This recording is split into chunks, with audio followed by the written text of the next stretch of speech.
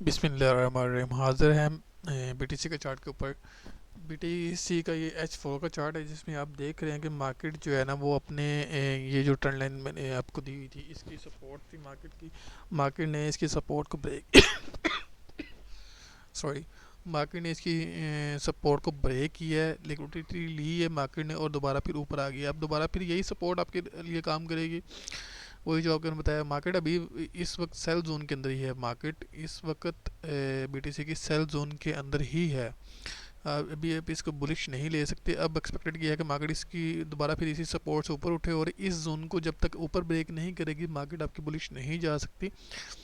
जब तक 1,05,000 6,000 से ऊपर मार्केट की डेली कैंडल क्लोज नहीं है तो आप इसको बाय नहीं ले सकते।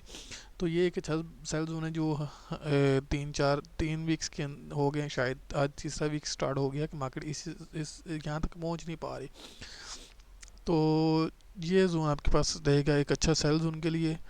और इसके बाद अगर मार्केट यहाँ नहीं पहुँच पाती, फॉर एग्जांपल जिस तरह मार्केट अभी कोशिश तो कर रही है ऊपर जाने के लिए, लेकिन बट नहीं जा पा रही, तो ये इसका फिर ये जोन है कि मार्केट इसके नीचे क्लोजिंग दे देगी। और फिर जब तक इसके नीचे क्लोजिंग नहीं आ जाती 7500 तक के एरिए तक, तो आप इसको सेल नहीं ले सकते। इसके बाद फिर इसके नीचे क्लोजिंग आ जाएगी तो इसको आप मज़ीद सेल में ले सकते हैं। तो ये था बीटीसी के ऊपर एक एनालिसिस। अगर एक्सपेक्टेड कि आपको समझ आ चुकी होगी मार्केट इसके इसके अकॉर्डिंगली काम कर रही है। बट एक्सपेक्टेड है कि मार्केट एक दफ़ा डाउन डंप लेगी। उसके बाद ये एक जोन आपके पास पड़ा हुआ है 17,000 के करीब की, मे भी आपको यहाँ से कोई अच्छी बाइक मिल जाए। बट बीटीसी अभी तक कोई बुलिश मोमेंटम में नहीं है। तो